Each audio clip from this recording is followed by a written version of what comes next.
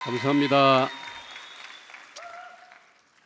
손현보 목사님이 며칠 전 부산 지방법원 앞에서 모여든 회중들에게 나를 구속해서 면하게 해달라고 기도하지 마세요.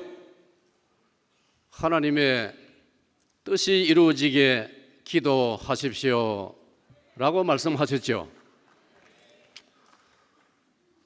누가복음 23장 앞부분에 보면 예수님께서 예루살렘 골고다로 올라가시면서 뒤를 따르면서 대성통곡하는 예루살렘과 갈릴리의 여인들을 향하여 뭐라고 말씀하셨지요? 나를 위하여 울지 말고, 나를 위하여 울지 말고 너희와 너희 자녀를 위하여 울어라. 오늘 저와 여러분은 여러분의 담임 목사님을 위하여 울 것이 아니고 우리의 터전인 이 나라와 이 민족, 우리 대한민국이 하나님이 인정하시고 하나님께서 앞으로도 사용하시는 나라가 되고 한국교회가 되도록 기도해야 할 줄로 믿습니다. 여러분, 바울 사도의 로마 옥중기를 보면은 나를 이 괴롭고 답답하고 힘든 옥중에서 풀려나도록 여러분들 성도들 좀 기도해 주시오. 그런 구절이 단 한 구절도 없습니다. 오히려 바울 사도는 나는 이 빌립보 옥중에서, 로마 옥중에서 기뻐하고 있다. 그러므로 너희들도 주 안에서 기뻐하라고 하셨습니다. 왜 그랬을까요? 빌립보서 1장 12절을 보면 나의 매임이, 나의 구속이 오히려 많은 사람들이 예수님을 믿게 되는 복음의 진보를 이루고 있다라고 바울은 확신하였습니다. 나의 매임의 소식을 들은 많은 사람들이 오히려 더 담대하게 하나님을 찬양하고 복음을 전파하고 있다라고 빌립보서 1장 13절 14절이 증거하고 있습니다.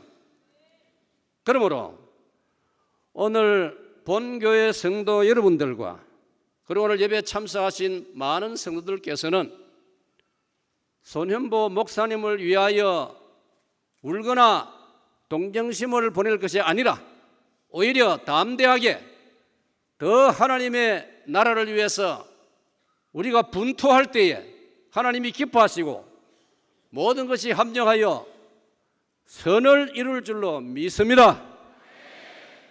자, 오늘 읽은 말씀 이사야 62장 6절과 7절의 말씀을 묵상해 보면 단 두 절 말씀인데 핵심이 뭐냐? 가장 중요한 단어가, 키워드가 성루라는 단어입니다. 자, 한번 받아봅시다. 성루. 성루란 말은 성 안에 있는 누각이라는 겁니다. 성벽이 있고 그 성의 출입문 위에 누각을 씌웁니다. 그래서 영어 성경에 보면은 캐슬 타워라고 되어 있습니다. 그 성의 성벽에 세워져 있는 탑이라는 것입니다. 이걸 다른 말로 말하면 초소라는 말입니다. 영어 성경에 보니까 워치 타워, 적을 감시하는, 거기서 온 사방을, 높은 위치가 높으니까, 탑이니까 전망대, 초소, 거기서 온 사방을 바라보고 지킨다는 뜻이 이 성루입니다. 문제는, 중요한 것은 이 성루에 올라가야 되는 것입니다. 성루는 구경하면서 멋지게 잘 지어져 있구나, 그런 용도로 세운 것이 아닙니다. 성루에 올라가서 성루를 지켜야 할 줄로 믿습니다. 자, 한번 받읍시다. 성루에 올라서라. 자, 이렇게 하면 남 보고 성루에 올라서라는 게 되니까 한 번 더 받읍시다. 성루에 올라가자. 다시 한번 성루에 올라가리라. 오늘 예배에 참석하시고 이 하나님 말씀 듣는 우리 모든 성도들은 하나님의 나라를 위해서 그 의를 위하여 성루에 올라가는 저와 여러분 되시기를 축복합니다. 여러분, 성루에 올라서야, 성루에 올라가야 제대로 볼 수가 있습니다. 제대로 보입니다. 맞지요? 성 아래 마당에, 성 안에 주택지에 거기서 편안하게 먹고 자고 쉬면은 성 밖에서, 성 밖 저 멀리 동서남북에서 누가 무엇이 이 성을 향하여 쳐들어오는지 도무지 느껴지지도 않고 분간하지도 못하는 것입니다. 그러므로 성루에 올라가야 되는 것입니다. 어떤 특정한 사람만 올라갈 것이 아니고 우리 모든 성도들은, 그리스도인들은 오늘 하나님이 맡기신 이 대한민국이라는 성루에 올라가야 할 줄로 믿습니다. 주님 피로 세우신 한국교회라고 하는 이 성루에 올라가야 할 줄로 믿습니다. 여러분, 저는 이 성루라는 단어를 생각하면서 묵상하는 중에 아무래도 역사가 떠올랐습니다. 여러분, 1440년대에 우리 조선 왕조 시절 세종 임금 시절에 두만강 쪽에서 우리 국경을 침범하는 세력들이 있었습니다. 그 여진족을 중심한 세력들이었습니다. 우리를 많이 괴롭혔습니다. 그 국경 지역에 우리 백성들을 납치해 가고 죽이고, 슬픈 이야기지만 여성들을 겁탈하고 재산을 빼앗아가고, 수도 한양에서 멀다 보니까 한양에 있는, 요즘 말로 말하면 위정자들은 말만 무성했지. 그 두만강으로 가보는 위정자들이 없었습니다. 여러분, 역사가 엄청나게 흘렀지만 지금도 비슷하지 않습니까? 우리 속담에 앉아서 용선다는 말이 있습니다. 책임진 사람들은 그러면 안 되는 거예요. 앉아서 이론만 가지고 날마다 밤을 낮을 세울 것이 아니고 두만강으로 가야 되는 것입니다. 그 두만강으로 갔던 사람이 한 사람이 있습니다. 그래서 우리는 역사에서 그런 분을 존경하는 겁니다. 김종서 장군이었습니다.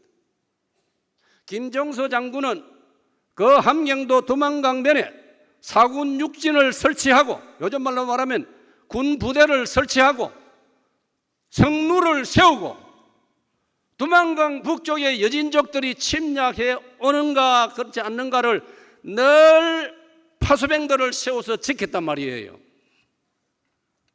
직접 대단히 고위직에 있었던 김종서 장군인데, 그가 직접 거기까지 가가지고 그 변방을 지키는 중에 그는 이런 우리 가슴을 뭉클하게 하는 시조를 남겼지 않습니까? 삭풍은 나무 끝에서 불고 맹월은 눈 속에 찬데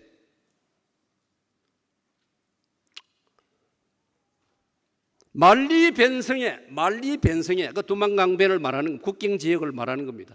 만리변성에 일장금 짚고 서서 자신이 사용하는 그 큰 칼, 그런 큰 칼을 짚고 여진족 땅을 바라보면서 긴 바람 큰 한 소리에 그칠 것이 없어라. 사나이 대장부로서 나라와 민족을 지키기 위해서 다들 겁을 내서 꽁지를 내리는 그런 시대였지만은, 김종서 장군은 여진족 땅을 바라보면서 그들이 우리 조선을 침범하지 못하도록 두만강변을 지키면서 그 대금을 짚고 서서 여진족 땅을 노려보면서 긴 바람 큰 한 소리에 큰 숨을 내뱉으면서 야 이놈들아 큰 소리를 질렀다는 겁니다. 이 큰 한 소리입니다. 그러니 그칠 것이 없어라. 나를 건드릴 자가 없다. 거리낄 자가 없다. 그런 정말 가슴 뭉클한 시절을 남겼던 것입니다. 김종서 장군뿐입니까? 그로부터 200여 년 세월이 100여 년 세월이 지나서 1590년대 일본의 도요토미 히데요시가 우리나라를 욕심을 내고 호시탐탐 노리고 있었습니다.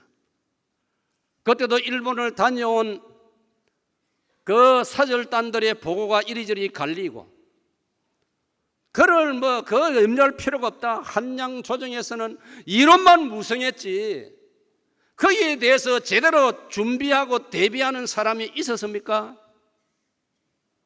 오로지 한 사람, 충무공 이순신 장군. 여러분, 이순신 장군은 고향은 충남 아산이지만은 본인은 오늘날의 서울 남산 밑에서 태어났습니다. 완전히 순수한 서울 사람입니다. 그런 이순신 장군이 나라와 민족을 생각하고 앞날을 걱정하면서 한양에서 가장 떨어진 남쪽 끝 한산도 섬까지 갔지 않습니까? 김종서 장군은 북쪽으로 두만강까지 몸소 본인이 가셨고, 이순신 장군은 맨 남쪽 일본이 쳐들어오려고 하니까 맨 남쪽 한산도까지 본인이 직접 내려갔습니다. 원래 이순신 장군은 육군이었습니다. 저 함경도 북쪽 오늘날의 러시아를 만나는 녹둔도라는 섬에 사슴들이 살고 있는 그 섬을 지키는 요즘 말로 말하면 소대장이었습니다. 그러나 이순신 장군은 파악을 했습니다. 북쪽이 위험한 게 아니라 남쪽이 더 위험하다. 남해의 바다가 위험하다. 일본이 쳐들어올 위험성이 충분하다. 그래서 그는 자원하여 수군이 되었고 수군 통제사가 되어서 한산섬으로 내려왔던 것입니다. 나라를 걱정하는, 분명히 일본이 대함대를 대군을 이끌고 쳐들어올 것이 분명한데 조선의 수군의 준비는 형편없었습니다. 그 무거운 중압감과 나라와 민족을 걱정하는 마음에서 한산도 섬에서 이순신 장군이 남긴 시조를 여러분 알고 있지 않습니까? 여러분 다 아시는 분 같이 한번 암송을 해봅시다. 시작.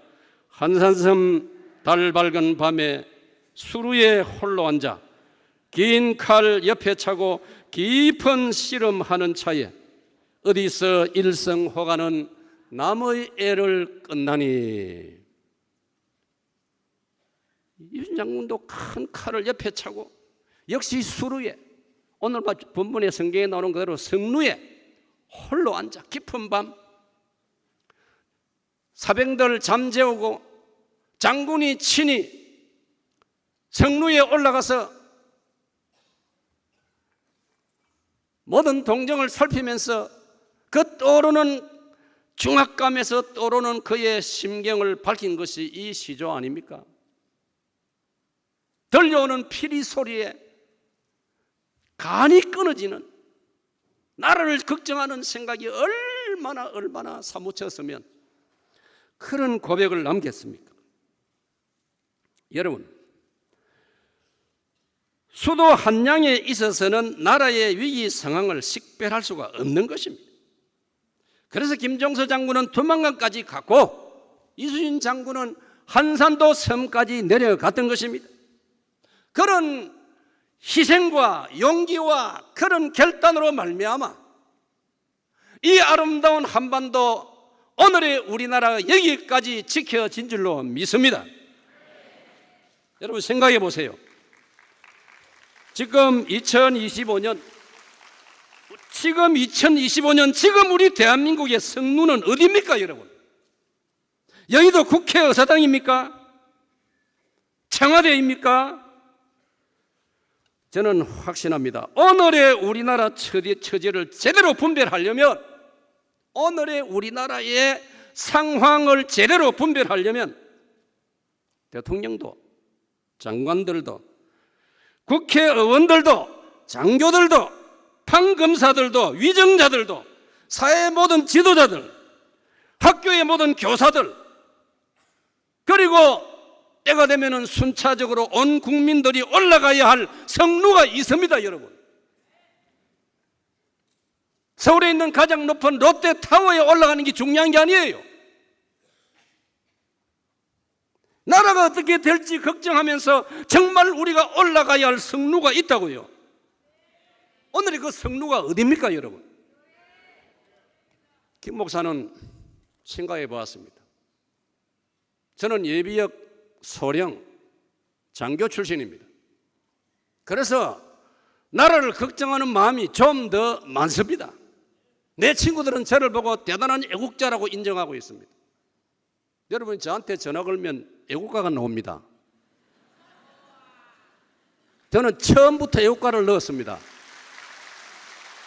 내가 여러분 박수 받으려고 하는 이야기는 아니고, 내 전화번호 끝번호는 625입니다. 제가 공무로 보러 갈 때 전화번호 알려주세요.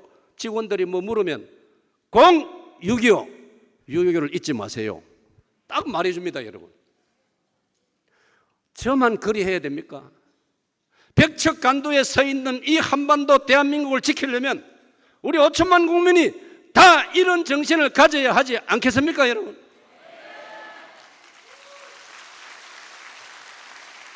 자, 여러분, 우리가 정말 올라가야 할 성루가 어디입니까?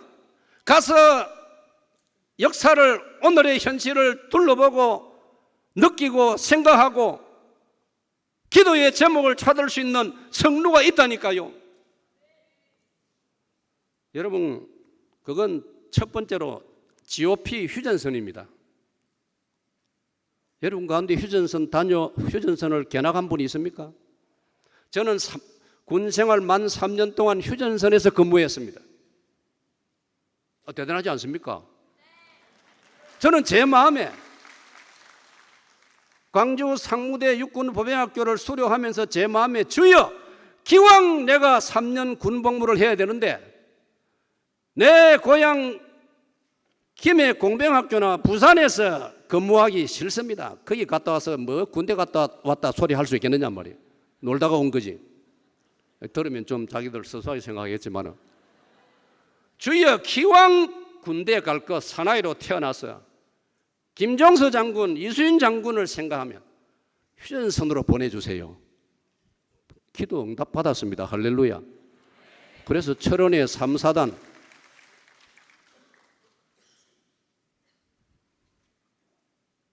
백골사단을 갔지 않습니까? 정말 나라를 생각할 수 있었고, 대한민국의 남자로서 나의 시대에 내가 어떻게 무엇을 해야 되는지에 대해서 평소에도 그런 정신을 가지고 있었지만 더 확신을 가질 수 있었다는 것입니다. 여러분, 우리가 두 번째로 가봐야 될 성루가 있습니다. 서울 동작동 국립묘지입니다. 거기에서 이승만 박사의 무덤을 둘러보시고 박정희 대통령의 무덤을 둘러보면서 6.25 때 전사한 우리의 조상들의 그 비석에 쓰여진 글자를 읽어보면서 자유가 무엇이며 민주주의가 무엇이며 인간의 존엄성이 무엇이며 이걸 지키려고 한 몸을 던져 바쳤던 조상들을 생각하면서 오늘의 나는 어떻게 살아야 할지를 답을 얻을 수 있다, 이 말이에요. 세 번째, 우리가 올라가야 할 성루가 있습니다. 서울 마포에 가면 한강변에 양화진 서양 선교사 묘지가 있습니다. 김 목사님, 세계로교회 성도들, 특별히 청년 학생들 앞으로 다른 데 보내지 말고 한 해는 해외 단기 선교 딱 멈추고 그 경비 가지고 지금 내가 말하는 걸 한번 한 바퀴 둘러보도록 담임 목사님과 의논하시기를 선배로서 부탁합니다. 저 김 목사님은 내가 이래 말할 수 있어요. 내가 결혼 주례했거든요. 우리 교회 처녀를 빼앗아 갔어요.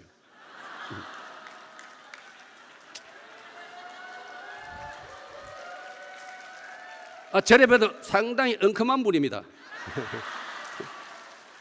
내가 어릴 때 보니까 장가가는 신랑 두루마기 뒤에다가 동네 사람들이 수철 가지고 처녀 도둑놈이라고 적어 놓더라고요.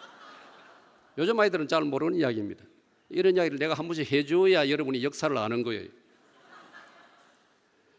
여러분, 서울 마포 양화진 서양 선교사 묘지를 왜 가봐야 됩니까? 그 묘지를 한번 둘러보면 눈물이 안 날 수가 없습니다.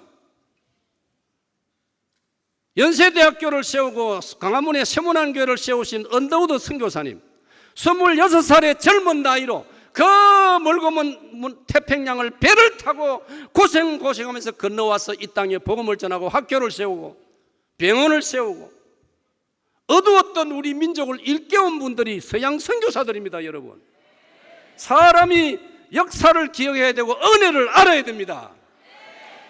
그런데 오늘 이상한 인간들 얼마나 많습니까? 사람이 그러면 안 되는 거예요. 양심을 지켜야죠. 양심을 내버리면 됩니까, 여러분?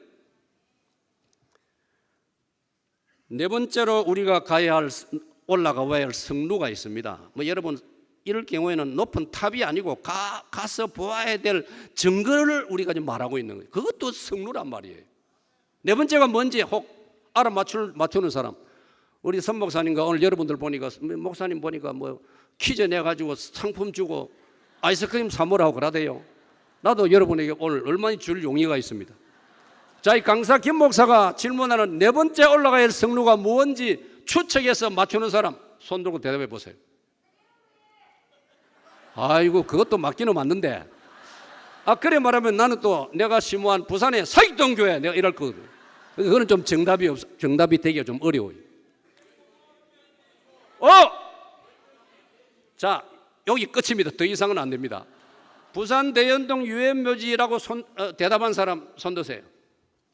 아이고, 그 사람은 양심적으로 그 이후에 알았거나 대답할 사람은 안 됩니다. 조금 전에 그때까지 딱 대답 정확하게 한 사람은 나중에 김 목사님에게 말씀드리면 돈은 내가 지불하겠습니다. 아이스크림. 자, 여러분, 내가 좀 더 노골적으로 질문하고 싶은데 체면을 봐서 내가 조금 말을 부드럽게 하겠습니다. 내가 누구 이름을 딱 부르면서 묻고 싶은데 내가 조금 양보하겠습니다. 여러분, 지금까지 살면서, 부산에 살면서, 대한민국에 살면서 국민을 위해서 일한다고 하면서 부산 대연동 유엔묘지를 한번 가보지 않았다면 정말 그 사람은 야박한 사람입니다. 무심한 사람입니다. 정말 그 사람은 몰인정한 사람입니다. 이 김 목사는 목회하면서 우리 사익동교회 성도들에게 여러분 구역별로, 전도회별로, 학생들, 청년들 그룹별로 여름 방학 때 유엔 묘지를 전부 순서대로 순서를 매겨가지고 겨나가시오 밀어붙였습니다. 여러분 부산 대연동 유엔 공원묘지를 가면요 2,400여 명의 유엔군 전사자들 묘지가 조성되어 있습니다. 그 묘지에 전부 글자가 새겨져 있습니다. 설명이 간단하게 되어 있습니다. 그 중에 제가 가장 가슴 충격을 받고 정말 눈시울을 붉혔던 것은 호주 병사 한 명은요 19살에 공산 침략을 받은 코리아를 구하러 가자. 지도에서 한 번도 코리아를 본 적이 없었는데 그 뉴스를 듣고 자원해가지고 왔다고요. 19살짜리가 싸우다가 전사했다고요. 19살, 20살짜리 참전 용사들 수두룩합니다. 그 묘지의 비석을 읽어보면은 이곳에 이 성루에 한번 올라가야 되지 않겠습니까, 여러분? 나는 여의도에서 떠드는 사람들이, 용산에서 떠드는 사람들이 부산 대연동 유엔묘지에 가서 참전 용사들이 전사한 그 무덤의 묘지 비석도 한번 읽어보지 않고 있다면 참으로 넌센스라고 생각합니다. 그걸 둘러보면서요 그 묘비의 비문을 읽어보면요 저절로 애국심이 생기고 자유가 왜 중요한지, 왜 우리가 민주주의를 지켜야 되는지, 왜 우리가 신앙의 자유가 소중한지 다 답이 나온다고요. 여러분, 이 성스러운 곳들이 오늘 우리들이 올라가야 할 성루입니다. 이 네 곳의 성루에만 올라서 보면 내 나라 대한민국이 어떻게 지켜졌으며 자유민주주의가 얼마나 소중하며 조상들이 성루에 올라가서 목숨 걸고 싸워서 지킨 이 땅과 교회와 자유와 백성을 오늘의 나는 무엇을 어떻게 해야 할지를 답이 나온다는 것입니다. 언젠가 북에서는 태평양을 넘어 미국 본토를 타격할 수 있는 대륙간 탄도미사일 ICBM을 실험하는 핵무기 발사 시험으로 한반도의 밤하늘을 섬뜩한 섬광으로 밝히고 있을 때 그 같은 날 우리 대한민국 도시들에서는 화려한 불꽃 축제가 남쪽의 밤하늘을 밝히고 있었습니다. 여러분, 어떤 작가는 그걸 이렇게 글을 썼는데 한 구절을 제가 기억을 합니다. 우리 남쪽의 그 화려한 불꽃들은 참새 한 마리도 떨어뜨리지 못하였다. 어마어마한 돈을 들여서 불꽃놀이를 밤새도록 했지만은 그 불꽃의 힘으로 참새 한 마리도 떨어뜨리지 못했다는 겁니다. 여러분, 이사야 62장 본문으로 돌아가서 왜 성루에 올라가야 합니까? 성루에 올라가는 첫 번째 목적은 받아봅시다. 적의 동향을 살피는 것입니다. 성루에 올라가는 것은 적의 움직임을 살피는 것입니다. 저는 이런 문제에 대해서는 그림이 선명하게 그려집니다.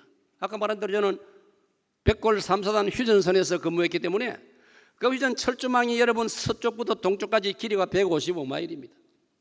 그리고 100m마다 초소에 장병들이 2인 1조가 돼가지고 낮에 지킵니다. 밤에는 50m 간격입니다. 2인 1조로 지킵니다. 그 장병들을 찾아가서 저는 밤에도 찾아가가지고 저는 군종장교 군목이었습니다. 따끈한 차를 들고 군중병을 데리고 그들에게 차 한 잔을 부어주면서 때로는 고향을 묻기도 하고 이야기하면서 그리고 손을 잡고 기도를 해 주었습니다. 여러분, 겨울철에 휴전선이 얼마나 추운지 아십니까? 겨울이니까 북쪽에서 찬바람이 불어오면 우리 장병들의 얼굴과 가슴으로 찬바람이 확 몰아칩니다.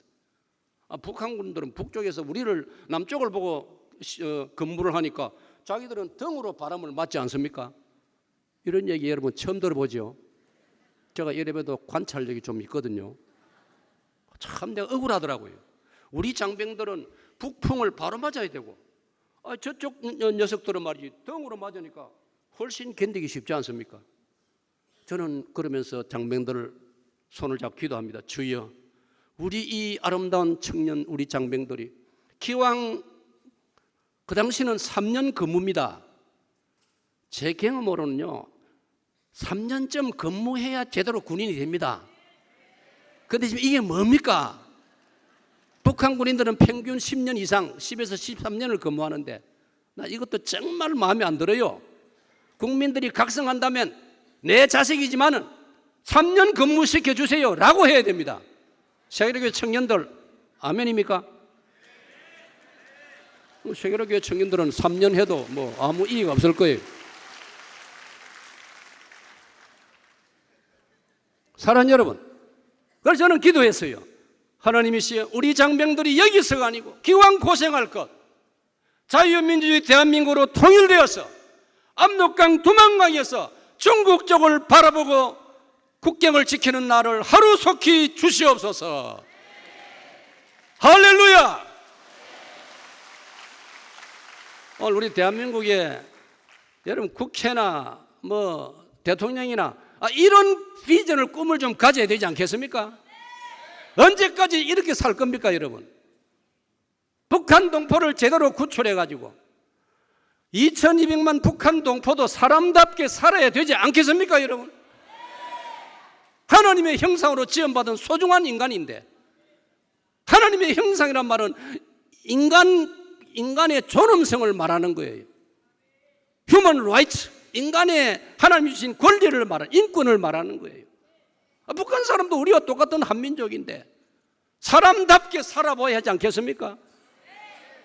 그날이 속히 오도록 나라와 위정자들과 우리 그리스도인들과 온 국민이 그 비전을 가지고 함께 똘똘 뭉쳐가지고 이 나라를 지켜나갈 때 하나님께서 우리를 보시고 만족해 하사 그런 선물을 주실 줄로 믿습니다. 그렇지 않고 지금처럼 자중질환이나 하고 적전분열이나 일삼고 우리끼리 싸우느라고 밤낮을 다 보내고 에너지를 다 낭비할 때 하나님께서 도와주실 마음이 생기겠습니까? 역대하 16장 9절에 여호와의 눈은 온 땅을 두루함찰하사 전심으로 하나님을 향하는 자를 위하여 능력을 베푸시느니라. 사랑하는 여러분, 다시 말씀드립니다. 성루에 올라가서 저걸 살펴야 되는데 75년 전 우리 대한민국은 그걸 제대로 못했단 말이에요. 잘 들어보세요. 1950년 6월 25일 북의 침략을 받을 때 우리 쪽 성루가 얼마나 허술했는지 여러분 이 역사를 알아야 됩니다. 4가지 치명적인 실책을 이미 범하고 있었습니다. 여러분, 치명적 실책이란, 치명이란 말은 죽을 수밖에 없는, 죽임을 당할 수밖에 없다는 뜻이 치명적이라는 뜻이에요. 치명적 실책이 한 가지만 있어도 위험한데 4가지나 있었습니다. 여러분, 전쟁론에서는 침략에 달라 쳐들어오라는 초청장과 같습니다. 왜? 치명적인 우리의 실책이 4가지나 있었으니까. 침략에 오라, 침략 당하고 싶다, 그런 뜻이에요. 그 4가지 실책이 뭐냐?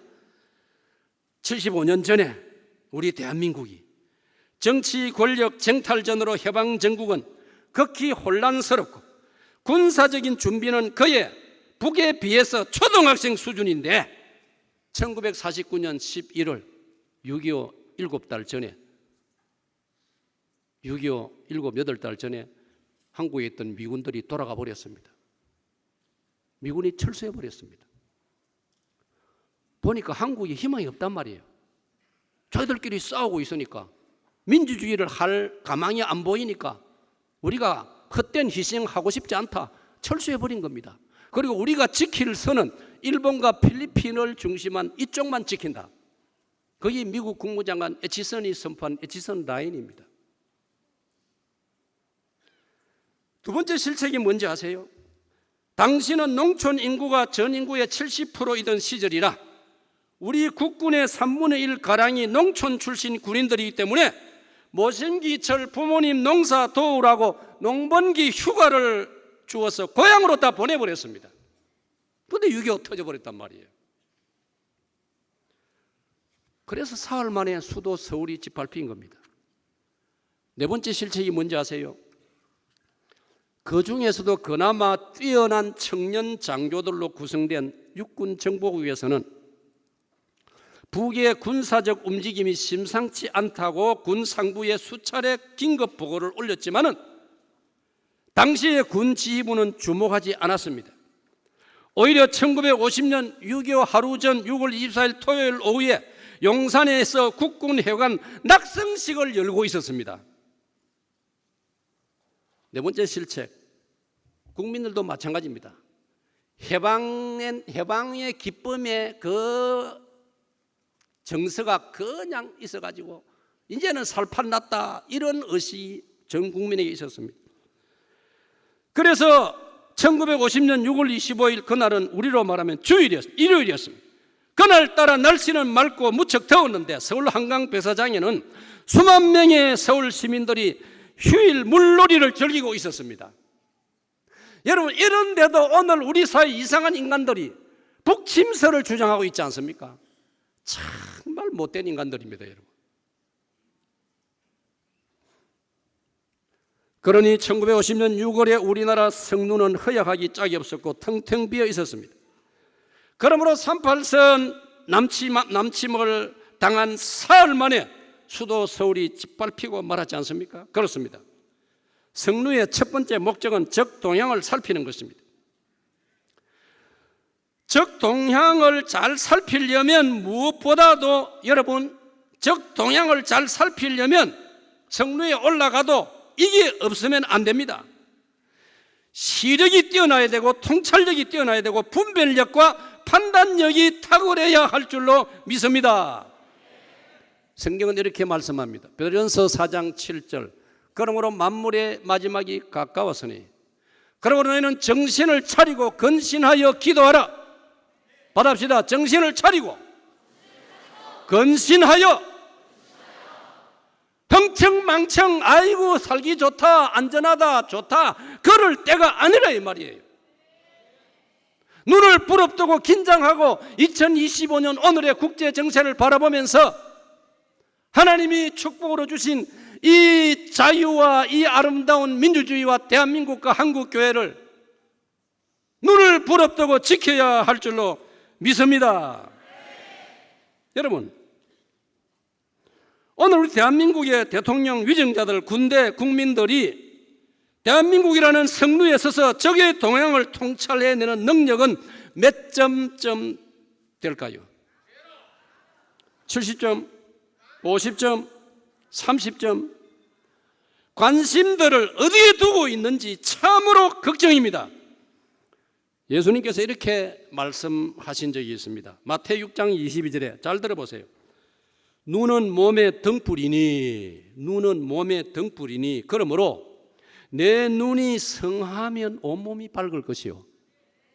눈이 밝으면, 눈이 깨끗하면 내 온몸이 다치지 않는단 말이에요. 넘어지지 않는단 말이에요. 시력이 안 좋으면, 눈이 밝지 않으면 여기도 넘어지고 저기도 넘어지고 돌뿌리도 분간 못하고 그래 된다 이 말이에요.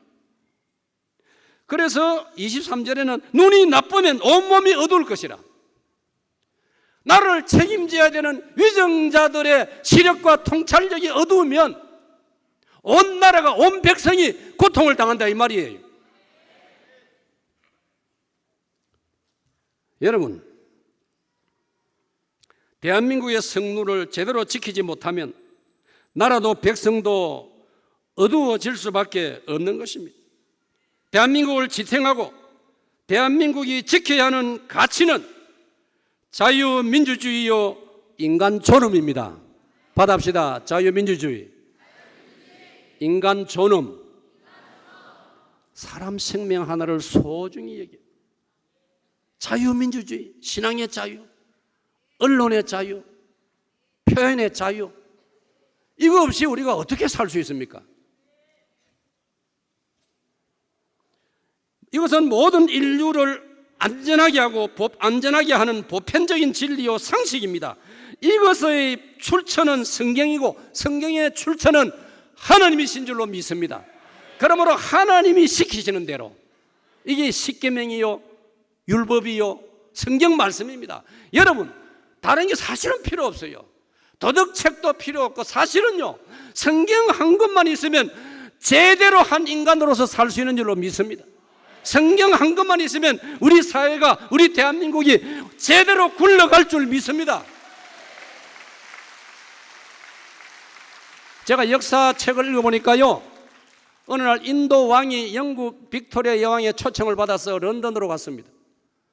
영국에 막상 가보니까 너무나 차이가 나거든요. 자기 나라 인도하고 영국을 비교해 보니까.